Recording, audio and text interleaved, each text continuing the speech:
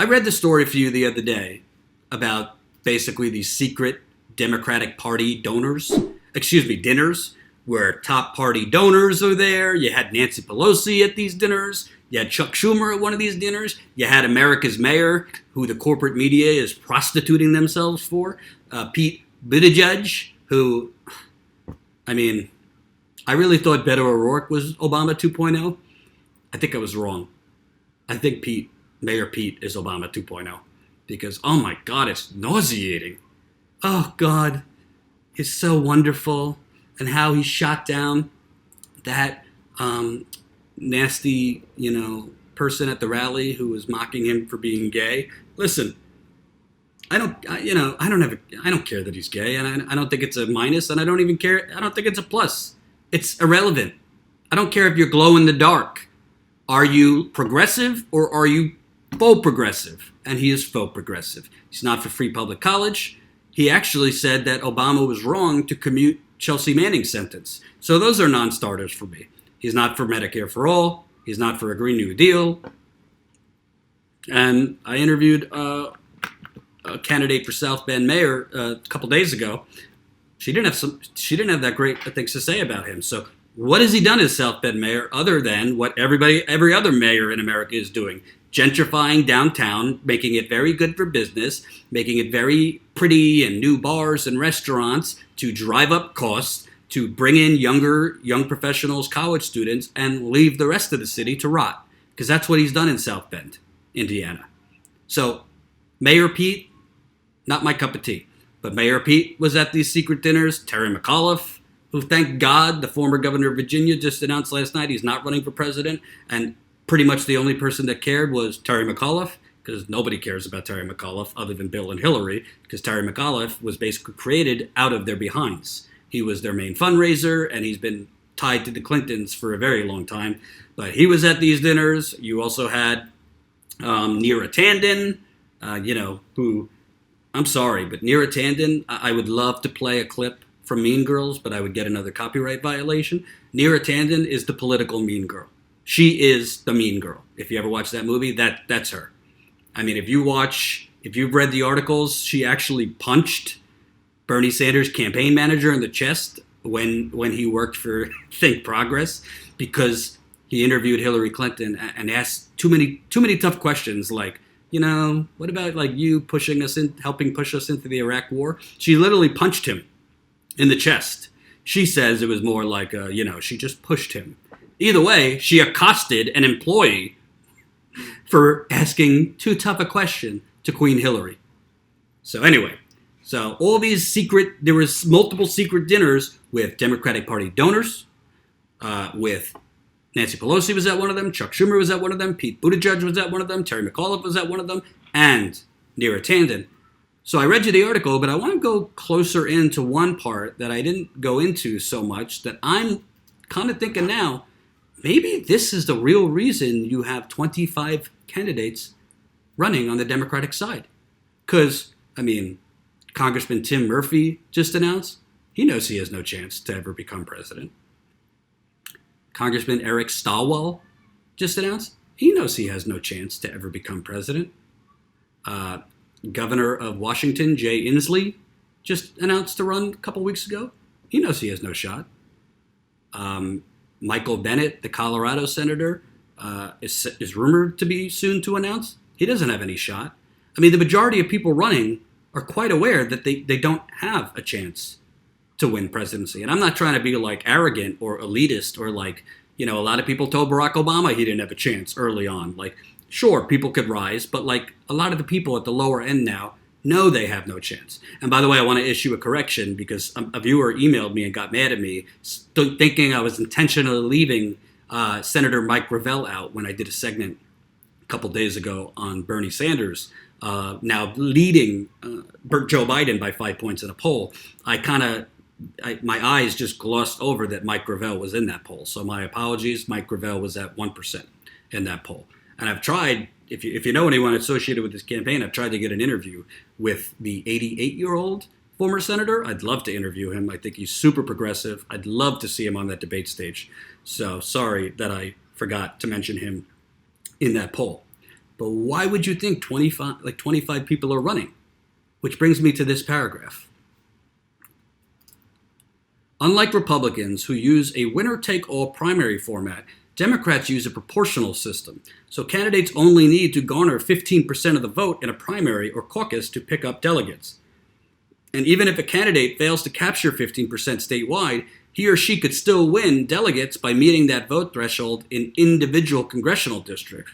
Should no bargain be struck by the time of the first roll call vote at the 2020 convention in Milwaukee, such as a unity ticket between a pair of the leading delegate winners, the nomination battle would move to a second ballot. And under the new rules crafted after the 2016 race, that is when the party insiders and elected officials known as superdelegates would be able to cast a binding vote. The specter of superdelegates deciding the nomination, particularly if Mr. Sanders is a finalist, is highly unappetizing to party officials. Quote, if we have a roll, so be it, but I'd much prefer that it be decided in the first round just from a unity standpoint. This is why I was not doing cartwheels like everybody else when this was announced that, superdelegates were no longer on the first round, but they would be on the second round. Because think about it. If you have, in a normal circumstance, right? In a normal circumstance, all right, you could have a lot of candidates running for president, but you can't keep running for president if you're not winning. So most of the time, after candidates do awfully in Iowa and are in 5th or 6th place, or New Hampshire, they start dropping out like flies. This is what happened in the Republican primary. This is what always happens. You have more candidates, and then they do really bad. After Iowa, their money dries up, and they, whether it be because they can't afford it anymore to keep running, or they don't want to get embarrassed, they drop out. But what if there is a concerted motivation among the richest people in America, maybe even the world, but the richest people in America, to make sure Bernie Sanders does not get enough pledged delegates to win on the first ballot at the convention? Well, they would have motivation to keep funding as many candidates as possible to splinter away votes from Bernie Sanders. So if you have more candidates running, that will splinter the vote because the voters will vote for whoever they, like. So in a normal circumstance, you might have a field that's, at, 10 to 12 going into Iowa, and that goes down to 5 after Iowa. And then New Hampshire, you have more people drop out, and then it's really just 3 or 4 candidates. But what if the strategy here is to keep as many candidates as humanly possible in the race against Bernie Sanders past New Hampshire, past South Carolina, past Nevada, all the way into Super Tuesday? Because after Super Tuesday, 40% of the delegates will have already been distributed. What if all these, I'm not a conspiracy theorist, but what if all of these candidates running are kind of a wink-wink? Yeah, stay in the race. You'll have the funding. Also, Bernie Sanders doesn't get the percentages he needs, even if he's winning the primaries. He doesn't get the percentages he needs because it's proportional. It's proportional, like this article says, that he doesn't get enough pledged delegates to automatically become the nominee. And then you have the superdelegates, meaning the Terry McAuliffes, the David Brocks of the world. I don't know if he's a superdelegate, but Terry McAuliffe was a superdelegate. Superdelegates are state party bigwigs. Superdelegates sometimes are sitting congressmen and congresswomen, but they are not, the bulk of the superdelegates are not like progressive America. They are big money, corporate, fossil fuel loving, big bank loving, big pharma loving, Silicon Valley loving, big real estate developer loving Democrats. Or more easily translated, Republicans.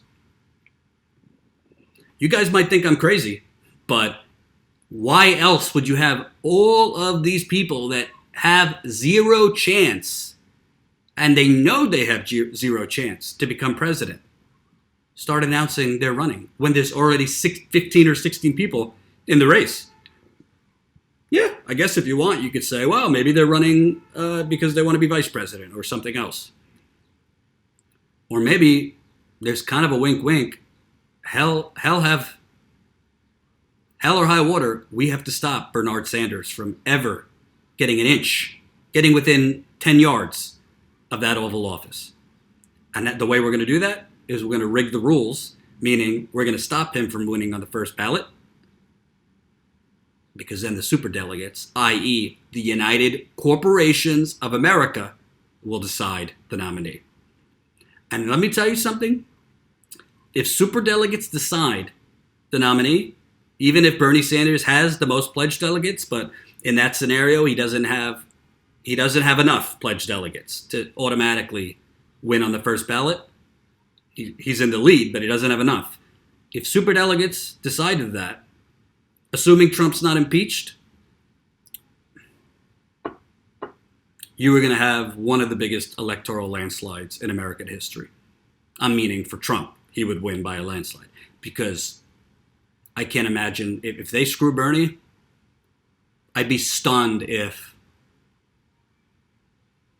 even 10% of his voters voted for the Democratic candidate. I really would be stunned, even if it meant another 4 years of Trump. But you just have to think, why are all these people running? It doesn't make sense. There's only so many donors to go around. But if the donors, because I've always said, these donors and these Democratic Party corporate hacks, they would rather another 4 years of Trump than four minutes of Bernie Sanders as president. As Bernie Sanders once said, they would rather go down on the Titanic as long as they have first class. So you really have to start wondering, why are all these people running? And was this, we'll give it on the, we'll move superdelegates to the second round so they don't influence the election? Wink, wink. We'll just find a way to make sure Bernie or a progressive doesn't win on the first round. So all this rule and this concession by Tom Perez and the Democratic Party elite was just a smokescreen to try and screw a progressive on the first round, and that's why you have 25 candidates running. And again, we're not even done yet. There's still rumors that more people are going to come in.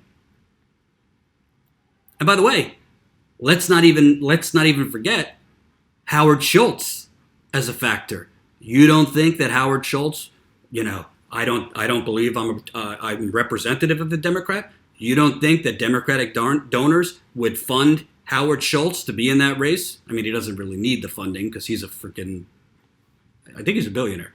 He doesn't need Democratic Party donors, but you don't think that the Democratic Party elites would love Howard Schultz to be in there if Bernie Sanders was a nominee? They could say they want. They could say they don't. They could say you're going to Ralph Nader us. And by the way, Ralph Nader didn't elect George Bush. Al Gore lost Tennessee, but that's a different story. I don't know, folks. I hope you save this video because I'm beginning to sense an issue with this superdelegate thing.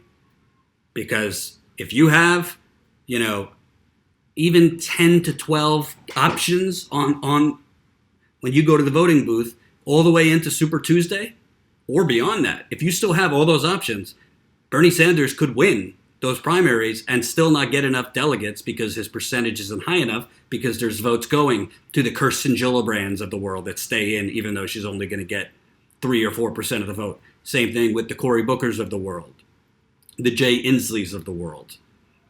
I mean, Tulsi Gabbard, I think, would drop out if she knew there was no chance and she doesn't want to hurt a Bernie Sanders. I think Elizabeth Warren also would drop out, honestly. I got my problems with Elizabeth Warren, but I don't think she would be a part of a plot to keep Bernie out of the White House. I just don't see that. But do I think Cory Booker would? Do I think Kirsten Gillibrand would? Do I think Beto O'Rourke would? And we're going to get to Beto more tomorrow. Do I think Mayor Pete would? Hell yeah.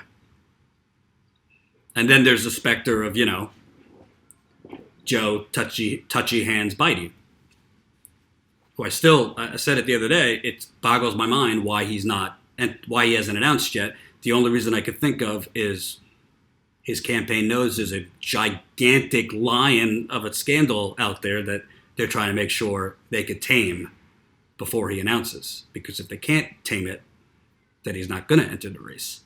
And what I mean by that, I don't have any inside information, but obviously there's a history of Joe Biden and inappropriateness when it comes to women and young girls.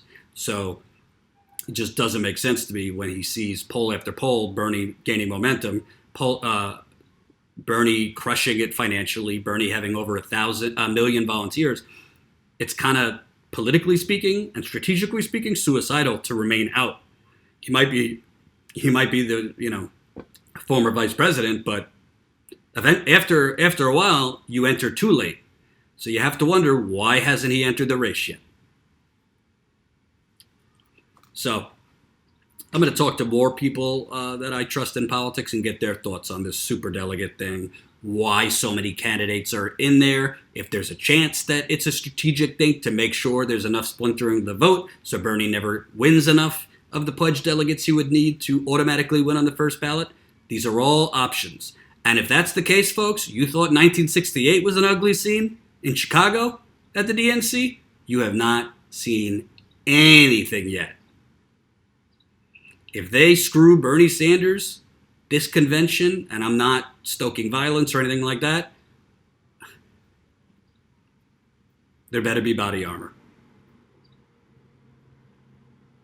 Hope you enjoyed that last video. Hop on over to statuscoup.com where you can sign up for our email list and become a member for as low as $5 to $10 a month.